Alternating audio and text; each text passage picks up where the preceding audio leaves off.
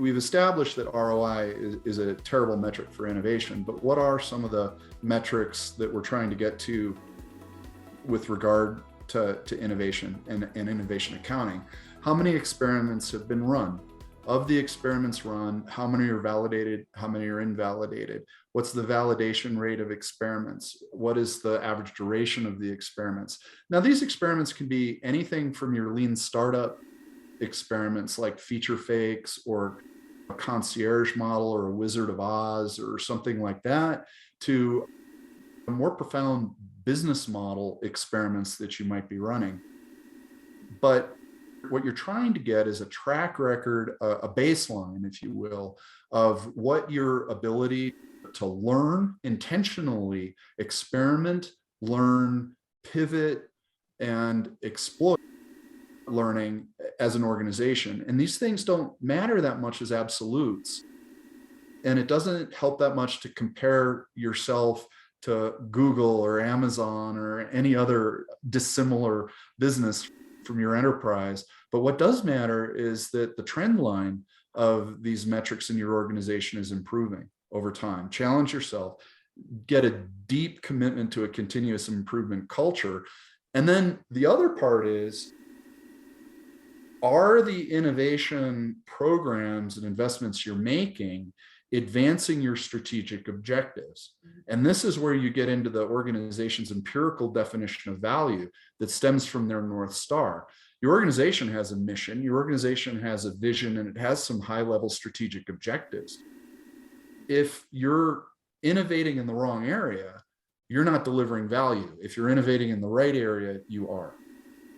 So, Evan, you talked about vision, mission, strategy, and organizations kind of linking that closely to their innovation mission. How have you seen organizations actually do that effectively? Well, right now, the booming methodology for strategy deployment and strategy execution is objectives and key results.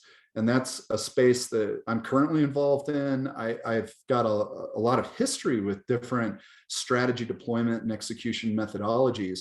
And I think Reggie and I, with our backgrounds in lean and agile, find that what's really appealing about OKRs is there's a tremendous amount of flexibility and innovation and empowerment, because it's not entirely a top-down methodology like MBOs or Hoshin Kanri, where there's a long, painful, multi-month process of cascading goals down layer by layer.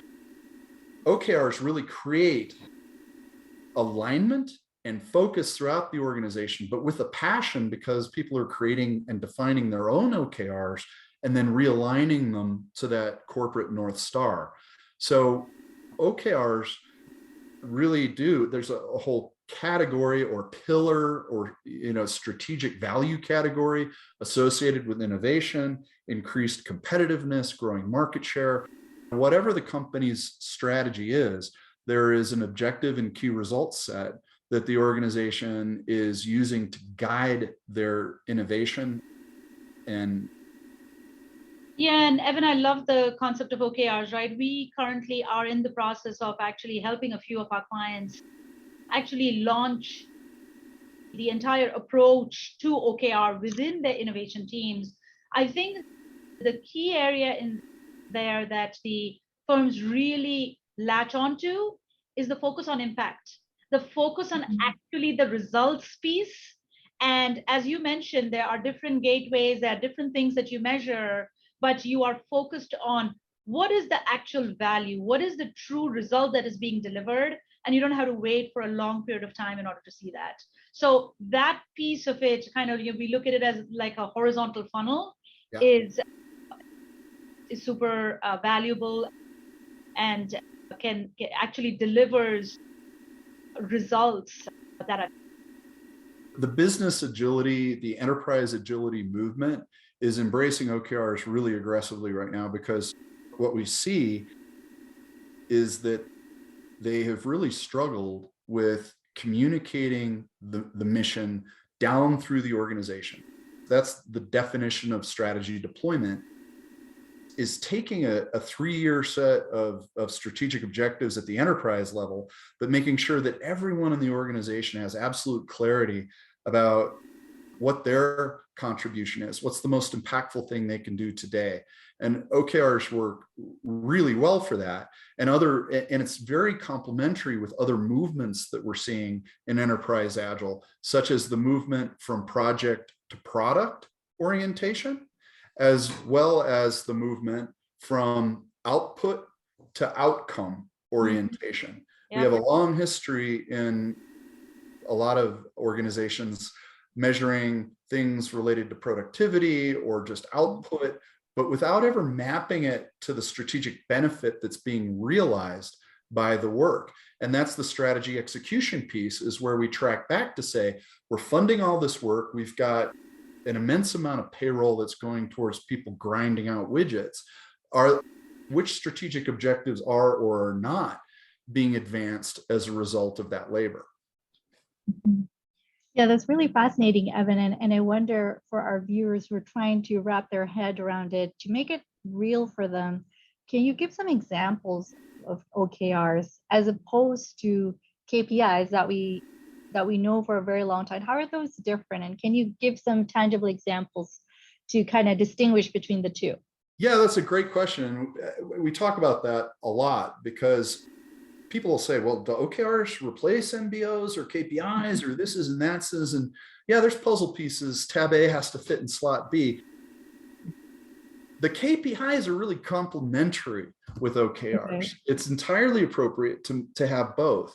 But KPIs are kind of tactical. They're your control and governance mechanism that says, all the instruments on the airplane say that engine 4's oil pressure is good and engine 2's water temperature is fine and we have enough fuel and all of that. When one of those KPIs is out of the control bound, it's deviating from our intent, we could potentially then say, oh gosh, let's elevate that. There's an improvement opportunity. Let's elevate that KPI to be an OKR for a quarter. We'll achieve our new goal and then demote it back down to being a KPI to put it back in the control dashboard for the future. But the OKRs are the improvement program. They're the strategy program. And not just governance, not just day-to-day, not just the little metrics that we track to see if things are flowing through the system effectively. Did I cover down on your question? Yeah, thank you for that, Evan. And I also wonder, so OKR, what you just said is OKR is strategic. It's about the high value, the high level value and impact. And then when we put it into the context of innovation, an organization that's trying to embark on an innovation journey, can they apply different OKRs depending on where they are with their innovation journey? Is that how it works? Yeah, I think so, right? I mean, you can innovate on a legacy product that using the matrix is sort of a cash cow or even a dog.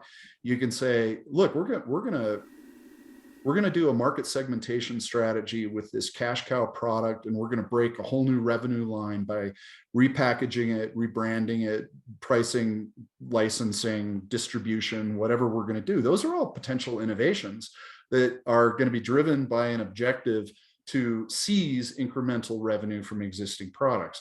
If you're gonna create a new market where there is no product that is currently serving an unmet need of a market segment, that's a very different objective, right? But either what you always want with your objective is that it's ambitious, it's inspirational, it is very closely associated with driving value for the enterprise and its stakeholders. And there aren't many of them. You might have hundreds of KPIs. You don't really want to have more than a couple, 3-5 OKRs, right? Because one of the key superpowers of OKRs is focus. And if you're trying to focus on 100 things, you're not focusing on any of them.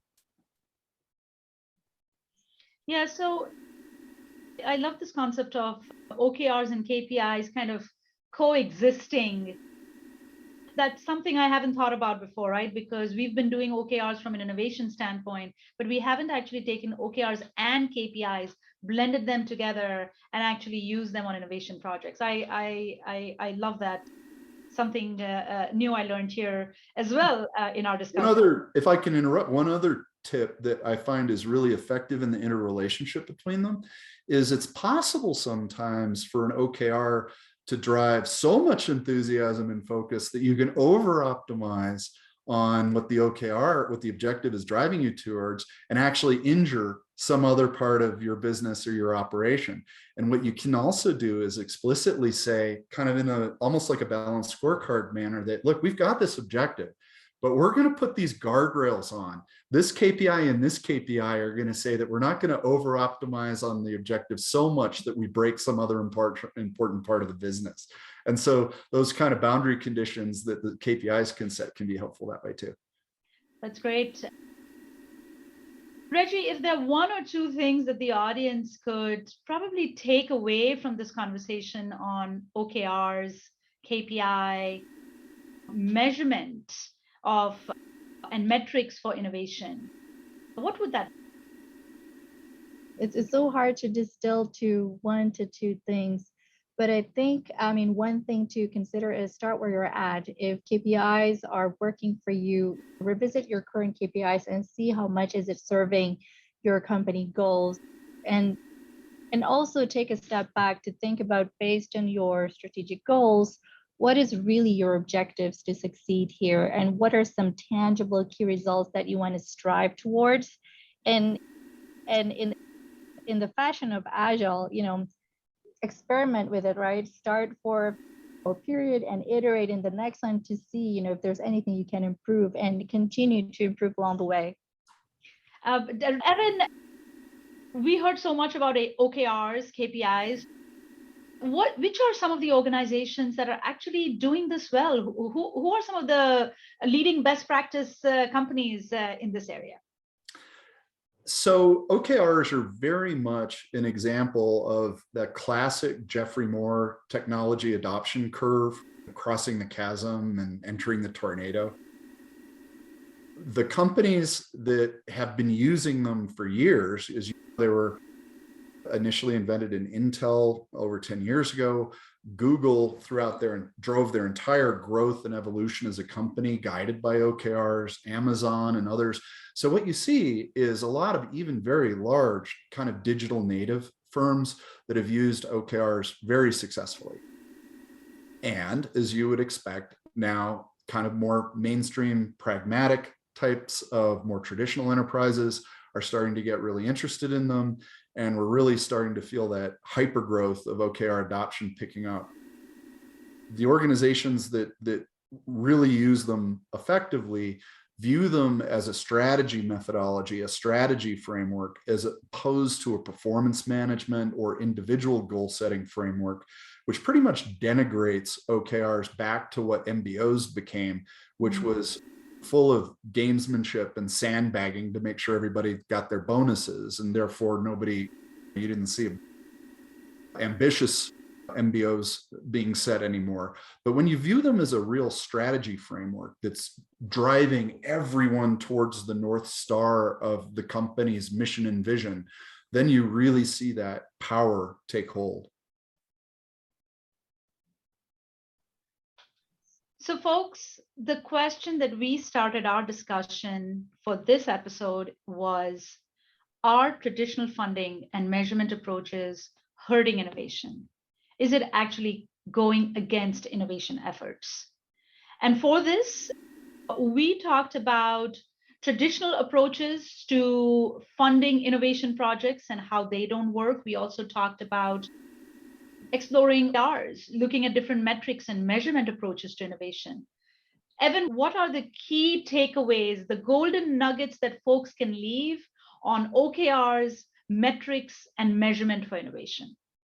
Yeah, so I think we made clear that this is a system. Organizations are complex systems, and they have many processes that have to interrelate. And kind of like some Maslow's hierarchy or something, I mean, real effective innovation requires many fundamental pieces of the organization to be operating at high capability maturity. So the first step is to make sure that your innovation is directed towards strategic outcomes as defined by OKRs. The organization also needs to have the mechanics in place to allow good ideas, learning, sense and adapt behaviors to get funded. Because if you don't put any money behind it, you're never going to be able to advance new product lines, new revenue streams, new market exploration, or new organizational capabilities in your own operating model. And so first get your strategy clear, then have the ability to fund and support learning and adaptation as an organization, and then mature the specific processes around innovation like ideation and innovation ecosystem and all of those practices that make innovation successful. That's fantastic. And when it comes to funding of innovation projects and the funding approach to innovation projects, the key takeaways over there are that the traditional approach to funding these projects is basically to commit to an ROI, allocate annual funds, but that approach just doesn't work for innovation. You gave some great examples around that as well, and we had a good discussion. Some of the key takeaways there are: do an iterative process, like building an MVP, right? Start small, prove the value, and do rapid iteration. Reggie, I loved what you talked about, doing quarterly check-in on the fundings. Evan, you talked about that innovation is about speed and efficacy about learning. So instead of focusing on the long tail of ROI on innovation projects, focus on the accelerated learning cycles instead. And do this by taking a Shark Tank approach. Behave more like a venture capitalist firm, as you said, right? And the most important one that I took away out of it is explore beyond budgeting approach. You had some great examples in there. And folks, hopefully you've learned enough to at least explore a few more of these areas and these topics. I'd like to thank Evan and Reggie again for joining us